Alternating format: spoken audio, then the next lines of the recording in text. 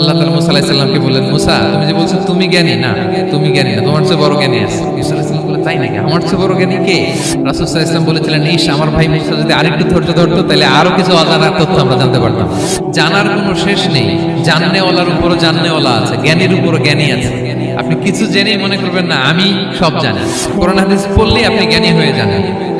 এটা কোরআন হাদিস পড়তে হয়, এটা ডাইজেস্ট করতে হয়, এটার উপর আমল করতে হয়। এই জ্ঞান অর্জন শেষে এরপরে আল্লাহর প্রিয় বান্দাদেরকে আল্লাহ অন্তরে ইলমের নূর দেন, ইলহাম দেন। That is the knowledge, that is the pure knowledge. আপনি হাফেজে কোরআন হয়ে ভাবেন না আপনি সব জানেন, আপনি বুখারী মুখস্থ করে ভাবেন না সব জানেন। এই সব জ্ঞান অর্জন করার পরে ইলমের নূর হাসিল হয়, সেটা আল্লাহ সবারে দেয় না।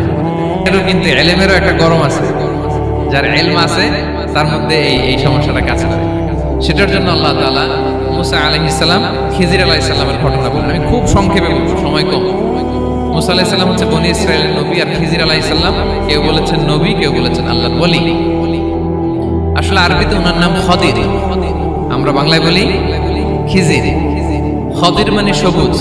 উনি যে কোনো জায়গায় বসলে ওখানে মরা গাছ লতা পাতা এগুলো সবুজ হয়ে যেত। অনুর্বর এলাকার উপর দিয়ে হেঁটে গেলে ওটা উর্বর হয়ে যেত। তো মুসা আলাইহিস সালাম একবার ওয়াজ করতেছেন এইভাবে বনি ইসরাইলের সামনে, খুতবা দিচ্ছেন। হঠাৎ এক লোক দাঁড়ায় বলে, ইয়া নবী আল্লাহ মান আ'লামু ফিল আরদ, বর্তমান পৃথিবীতে সবচেয়ে জ্ঞানী কে? মুসা আলাইহিস সালাম বললেন, ফাকালা আনা, আমি। কি বললেন? উনি আসলে ভুল কিছু বলেন নাই, কারণ প্রত্যেক জামানার নবীকেই আল্লাহ তাআলা সবচেয়ে বেশি জ্ঞান দিয়ে পাঠান, কারণ তার কাছে ওহীর জ্ঞান আসে, অদৃশ্যের খবর আসে, ইলমুল গায়ব আসে। কিন্তু এই উত্তরটা আল্লাহ তাআলার পছন্দ হয় না। আল্লাহ তাআলা চাচ্ছিলেন মুসা যদি বলতো আল্লাহ তাআলাই জানে কি জ্ঞানী বা আল্লাহই সবচেয়ে জ্ঞানী, এরকম হলে ভালো হতো। কিন্তু মুসা আলাইহিস সালাম কি বলছে? আমি। এখন প্রশ্ন করলো সবচেয়ে বড় জ্ঞানী কে? উনি কি বললেন? আমি। এই যে আমি আমি, এটাতে ঝামেলা আছে। আমি বড়, আমি জানি, আমি সব, দিস ইজ প্রবলেমেটিক। আল্লাহ এটা পছন্দ করলেন না। আল্লাহ তাআলা মুসা আলাইহিস সালামকে বললেন, মুসা তুমি যে বলছো তুমি জ্ঞানী না, তুমি জ্ঞানী না, তোমার চেয়ে বড় জ্ঞানী আছে। মুসা আলাইহিস সালাম বললেন, তাই নাকি? আমার চেয়ে বড় জ্ঞানী কে? তো আল্লাহ তাআলা বললেন, ইযহাব ইলা মাজমাইল বাহরাইন, দুই সাগর বা দুই নদীর মিলনস্থলে যাও, ওখানে আমার এক বান্দা আছে তোমার চেয়েও জ্ঞানী। মুসা আলাইহিস সালাম বললেন, তাই নাকি? তো আল্লাহ আমি কিভাবে চিনি, উনি কোথায় থাকে কিভাবে বুঝবো? আল্লাহ বললেন, একটা বড় মাছ নাও, এটাকে ফ্রাই করো, এটাকে ফ্রাই করে একটা ঝুড়ির ভেতরে নাও, যেখানে এই মাছটা সাগরে ঢুকে যাবে ওখানে আমার বান্দাকে পাবে। তো উনি ওনার সহযোগী ইউশা ইবনে নুনকে নিয়ে হাঁটতে লাগলেন। হাঁটতে হাঁটতে এক জায়গায় ক্লান্ত হয়ে পাথরের পাশে বিশ্রাম নিলেন। ওই পাথর থেকে আবার এক ধরনের পানি বের হয়, এই পানিটারে বলে আবে হায়াতের পানি, মাউল হায়াত, জীবন নদীর পানি। এই পানি কোনো মৃত প্রাণী বা বস্তুর গায়ে লাগলে ওটা জীবিত হয়ে যায়। তো ওনারা পাথরে হেলান দিয়ে বিশ্রাম নিচ্ছিলেন। ওই পানি ওই ফ্রাই করা মাছের গায়ে লাগার সাথে সাথে মাছ জীবিত হয়ে ঝুড়ি থেকে বের হয়ে সাগরে ঢুকে গেছে। ওনারা আর খেয়াল করেন। এরপর আবার হাঁটতে লাগলেন। হাঁটতে হাঁটতে যখন ক্লান্ত শ্রান্ত, তখন বলে, এই ইউশা আমাদের ওই মাছ ফ্রাই মাছটা দাও, এখন খাই। ঝুড়ি খুলে দেখে মাছ নাই। মাছ গেল কোথায়? তখন ইউশা বলল, হয়তো আমরা যে পাথরের ওখানে বিশ্রাম নিয়েছিলাম ওখানে আমরা মিসিং, ওখানে হারাই ফেলছি। চলো চলো, আরে ওদিকে তো যেতে হবে আমাদের। উনি গেলেন, যে দেখে মাছ যে জীবিত হয়ে বালুর এদিকে নাড়াচাড়া করতে করতে সাগরে ঢুকে গেছে, ওখানে দাগ আছে।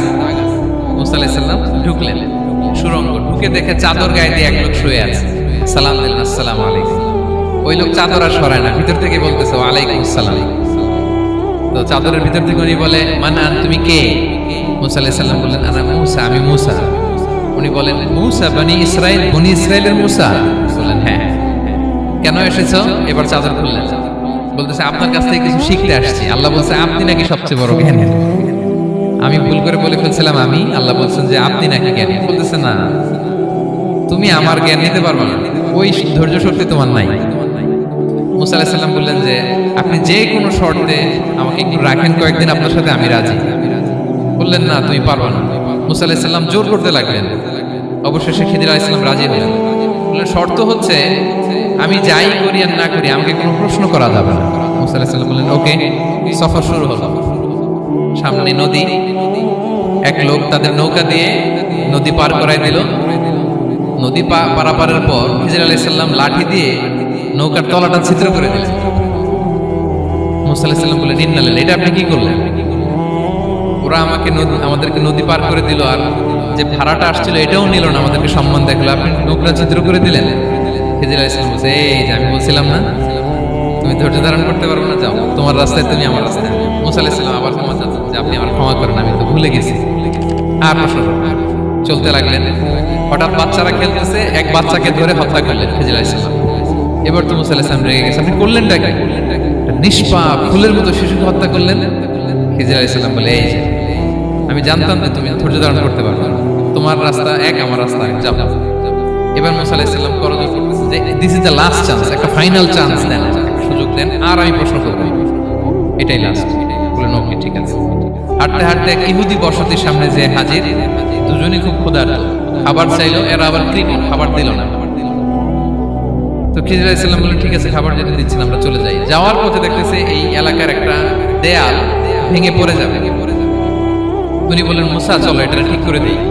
দুইজন মিলে প্রচন্ড ক্ষুধায় এটা এটা সেটা এনে দেয়ালটা তৈরি করতেছে। মুসা আলাইহিস সালাম তো এমনি রাগী, পেটে আবার ক্ষুধা, আবার বলছে কিছু বলাও যাবে না। তিনি এবার আর প্রশ্ন করেন, বলতেছে ওরা এত কিপটামি করলো আর আপনি এটা করে দিলেন, আপনি তো চাইলে এটা টাকা নিতে পারতেন, পারিশ্রমিক নিতে পারতেন চাইলে। এই কথা বলার পর খিজির আলাইহিস সালাম বলেন হাযা ফিরাকু বাইনি ওয়া বাইনি, এই এখানেই তোমার আর আমার সেপারেশন, আর সামনে আগানো যাবে না, তোমার কোনো ধৈর্যই নেই। তো এতটুকু তোমাকে আমি বলি যে আমি একটাও আল্লাহর আদেশ ছাড়া করি নাই, আল্লাহর আদেশে আমি করেছি। কি? এক নম্বর হচ্ছে ওই যে আমাদের ভাড়া নিতে চাইলো না, আমাদেরকে পার করে দিল, নৌকাটা ছিদ্র করেছি কারণ এই এলাকায় একজন জালিম বাদশা আছে, সে নৌকা পেলেই গরিব মাঝিদের নৌকা সিজ করে নিয়ে যায়। তো এটাকে যখন তলায় ছিদ্র করে দিছি, এই রাজার লোকেরা এসে দেখবে যে এটা তলা ছিদ্র, পানি ঢুকতেছে, এটা নিবে না, ওরা পরে সামহাও এটা রিপেয়ার করে চালাইতে পারবে। মুসা আলাইহিস সালাম বলে সুবহানাল্লাহ, তাই তো, এটা তো আমি বুঝতে পারি নাই। আর ওই ছোট শিশুটাকে হত্যা করছি, ও অনেক বড় জালিম হবে এলাকা, তার ফিতনায় এলাকাবাসী তটস্থ থাকবে, সে তার মা বাবাকেও জাহান্নামে নেবে। এজন্য আল্লাহ তাআলা আদেশ দিয়েছেন আমাকে, আল্লাহর আদেশে আমি তাকে হত্যা করেছি। মুসা আলাইহিস সালাম বললেন তাই তো, এটা তো অনেক ভালো কাজ করছেন, তাইলে বলতেছে তাহলে ওইটা বলেন। খাবারও দিল না, এত কৃপণ, এদের দেয়াল কেন ঠিক করতে গেলেন আপনি? তখন তিনি বললেন যে আসলে এটা একটা ইয়াতিমদের ঘর ছিল, দুইটা ইয়াতিম শিশু, তাদের বাবা মা খুব ভালো ছিল, আর এই দেয়ালের নিচে আছে গুপ্তধন, এই দেয়ালটা পড়ে যাবে, এই গুপ্তধন তারা ছোট মানুষ নিতে পারবে না, এলাকাবাসী তাদেরকে বঞ্চিত করে নিয়ে যাবে। আমি দেয়াল গড়ে দিলাম যাতে করে তারা যখন প্রাপ্তবয়স্ক হয় নিজেদের সম্পদ নিজেরা বুঝে নিতে পারে। সুবহানাল্লাহ বিহামদিহি। মুসা আলাইহিস সালাম বলে তাই তো, এগুলো তো আমি বুঝতে পারি নাই। তো এই ছিল খুব সংক্ষিপ্ত পরিসরে মুসা আলাইহিস সালাম খিজির আলাইহিস সালামের ঘটনা। তো রাসূল সাল্লাল্লাহু আলাইহি ওয়াসাল্লাম বুখারীতে একটা চমৎকার কথা বলেছেন, তিনি বলেছিলেন ওয়াদিদনা আন্না মুসা সাবার হাত্তা ইয়াকাসা আলাইনা মিন আমরিহি। রাসূল সাল্লাল্লাহু আলাইহি ওয়াসাল্লাম বলেছিলেন ইস আমার ভাই মুসা যদি আরেকটু ধৈর্য ধরতো তাহলে আরো কিছু অজানা তথ্য আমরা জানতে পারতাম। এখান থেকে, এই ঘটনা থেকে আমরা কি শিখলাম? প্রথম যেটা আমরা শিখলাম, জ্ঞান নিয়ে বড়াই করতে হবে, ঠিক কিনা? জানার কোনো শেষ নেই, জাননেওয়ালার উপরও জাননেওয়ালা আছে, জ্ঞানীর উপরও জ্ঞানী আছে। আপনি কিছু জেনেই মনে করবেন না আমি সব জানি, আপনার চাইতে বেশি জ্ঞানী অনেকে আছে। অনেক সময় বক্তার চাইতে শ্রোতারা অনেক জ্ঞানী, হয়তো এখানে এমন অনেক জ্ঞানী লোক আছে যার ধারে কাছেও আমরা কেউ নেই, হতে পারে। সো আমি সব জানি, এটা ভুল, এটা শয়তান বলে। এটা কে বলে? শয়তান বলে। আবু নাওয়াস একটা কবিতা লিখেছেন, ওয়াকুল লিমান ইয়াদঈ ফিল ইলমি ফালসাফাতান হাবাসতা শাইআন ওয়া গাবাত আনকা আশিয়াউ। কেউ যদি বলে আমি সব জানি, তুমি তাকে বৃদ্ধাঙ্গুলি দেখিয়ে বলো আপনি কিছুই জানেন না, আপনি অল্প কিছু জেনেছেন, জানার এখনো অনেক বাকি।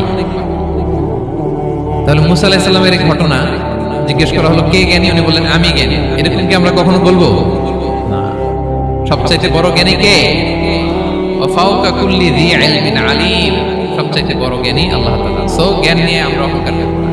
দুই নম্বর যে শিক্ষাটা আমরা পাই, ওই যে নৌকা দিয়ে পারাপার হচ্ছিল, তখন একটা চড়ুই পাখি এসে সাগরের মধ্যে মুখ দিয়েছিল। তো খিজির আলাইহিস সালাম বললেন মুসা তুমি কি চড়ুই পাখিটা দেখতে পাচ্ছ? হ্যাঁ দেখতে পাচ্ছি। চড়ুই পাখিটা যে সাগরে মুখ দিলে দেখতে পাচ্ছ? হ্যাঁ দেখতে পাচ্ছি। তখন খিজির আলাইহিস সালাম বললেন চড়ুই পাখিটা সাগরে মুখ দিয়ে পানি খাওয়ার পরে চড়ুই পাখির ঠোঁটে বা চঞ্চুতে যতটুকু পানি লেগে আছে, এই পানিটা হচ্ছে তোমার আমার এবং মহাবিশ্বের আমাদের সকলের জ্ঞান, আর এই মহাসাগরের সকল পানি হচ্ছে আল্লাহ তাআলার জ্ঞান। আল্লাহ তাআলা বলেছেন ওমা উতিতু মিনাল ইলমি ইল্লা কালিলা, আমি তোমাদেরকে একেবারে অল্প জ্ঞান দিয়েছি, একেবারে অল্প। এই রহস্যে ঘেরা এই মহাবিশ্বের অনেক কিছুই আমাদের অজানা প্রিয় ভাইরা, আমরা অনেক কিছু জানি না, আমাদের এই লিমিটেড নলেজে এগুলো ধরে না, তারপর আমরা জ্ঞানের বড়াই করি। আপনারা উপমাটা বুঝতে পারছেন? একটা নৌকা থেকে চড়ুই পাখি ঠোঁট দিয়ে পানি খাচ্ছে, পানি খাওয়ার পরে স্বভাবতই চড়ুই পাখির ঠোঁটে একটু পানি তো লাগবে। খিজির বললেন যে এই পানিটা হচ্ছে তোমার আমার পৃথিবীর সবার জ্ঞান, আর এই সাগরের বাকি পানিগুলো কার জ্ঞান? এবার বুঝতে পারছেন আল্লাহ তাআলার জ্ঞানের পরিধি। আমরা জ্ঞান নিয়ে যেন কখনো কি না করি, বড়াই না করি। জ্ঞান দুই ধরনের, একটা বাহ্যিক জ্ঞান, একটা অন্তর্নিহিত জ্ঞান। External knowledge, internal knowledge. আমরা যখন কোরআন হাদিস পড়ি আমাদের বাহ্যিক জ্ঞান অর্জন হয়। কোরআন হাদিস পড়লেই আপনি জ্ঞানী হয়ে যান। এটা কোরআন হাদিস পড়তে হয়, এটা ডাইজেস্ট করতে হয়, এটার উপর আমল করতে হয়। এই জ্ঞান অর্জন শেষে এরপরে আল্লাহর প্রিয় বান্দাদেরকে আল্লাহ অন্তরে ইলমের নূর দেন, ইলহাম দেন। That is the knowledge, that is the pure knowledge. আপনি হাফেজে কোরআন হয়ে ভাবেন না আপনি সব জানেন, আপনি বুখারী মুখস্থ করে ভাবেন না সব জানেন। এই সব জ্ঞান অর্জন করার পরে ইলমের নূর হাসিল হয়, সেটা আল্লাহ সবারে দেয় না। সো এই অন্তর্নিহিত জ্ঞান, দূরদৃষ্টি, farsightedness, that is the pure knowledge. এটার জন্য বছরের পর বছর, যুগের পর যুগ সাধনা করতে হয়। সেটার জন্য এই জ্ঞান অর্জনের জন্য তিনটা জিনিস করতে হয় ইলমের নূর অর্জনের জন্য। কয়টা? এক হচ্ছে বিনয়, দুই হচ্ছে সফর, তিন হচ্ছে সবর। আবার বলি, এক হচ্ছে বিনয়, দুই হচ্ছে সফর, তিন হচ্ছে সবর। আল্লাহ তাআলা আল্লাহর নবীকে তাওরাত দেওয়ার পরেও আরো ট্রেনিং সেশন করাইছেন খিজির আলাইহিস সালামের কাছে। যাও, ওনার কাছে গেলে তুমি ছোট হবা, নত হবা। জ্ঞান যদি আমি নিতে চাই আমাকে ছোট হইতে হবে। ধরেন একটা গ্লাস থেকে একটা খালি গ্লাসে পানি ঢালবো, তো যেটাতে নেওয়া হবে এটা উপরে থাকলে হবে? যে গ্লাসটার মধ্যে পানি আছে এটা উপরে থাকবে, ওইটা ব্ল্যাঙ্ক গ্লাসের মধ্যে পড়বে। আপনি নলেজ ইলম নিতে চাইলে আপনাকে নিচে থাকতে হবে, উনি উপরে থাকবেন। আপনার শায়েখ আপনাকে দিবে, আপনার উস্তাদ আপনাকে দিবে, আপনার মুর্শিদ আপনাকে দিবে। বুঝতে পেরেছেন? তাহলে আমাদেরকে হাম্বলনেস লাগবে, শিখতে হইলে হাম্বল হইতে হয়, বিনয়ী হইতে হয়। আচ্ছা, দুই নাম্বার সফর করতে হয়। এটা আল্লাহ মুসা আলাইহিস সালামকে দিয়ে করাইছেন, যাও পিছে পিছে উস্তাদের পিছে পিছে ঘুরো। তো এই জন্য সফর করতে হয়। এখন ঘরে বসে অনেক কিছু জানা গেল, উস্তাদের সান্নিধ্য লাগে, সফর করতে হয়। আমাদের ক্লাসিক আলেমরা হাদিস কালেকশনের জন্য শহরকে শহর সফর করতেন। এখন আমাদের আলেমরা দেওবন্দে যায়, মিশরে যায়, মদিনায় যায়। এখানকার মালয়েশিয়ান স্টুডেন্টরা দেশে বিদেশে যে নলেজ অর্জন করে। সফর আপনাকে লাগবে। তাহলে বিনয়, সফর, তিন নম্বরে কি? সবর। ধৈর্যশীল হইতে হবে। দেখেন মুসা আলাইহিস সালাম বারবার প্রশ্ন করে ফেলতেছেন, বারবার ওয়াদা ভঙ্গ করতেছেন, এরকম করলে হবে না। ধৈর্য লাগবে। ধৈর্যের বলে বলিয়ান হলে তখনই আপনার মধ্যে ইলম আসবে। তাহলে জ্ঞানের ফিতনায় পড়ার আর আমাদের কোনো সম্ভাবনা আছে? আমরা বিনয়ী হব, আমরা জ্ঞান আল্লাহর দিকে ফিরাই দেব, আমরা বলবো উনি সবচেয়ে ভালো জানেন।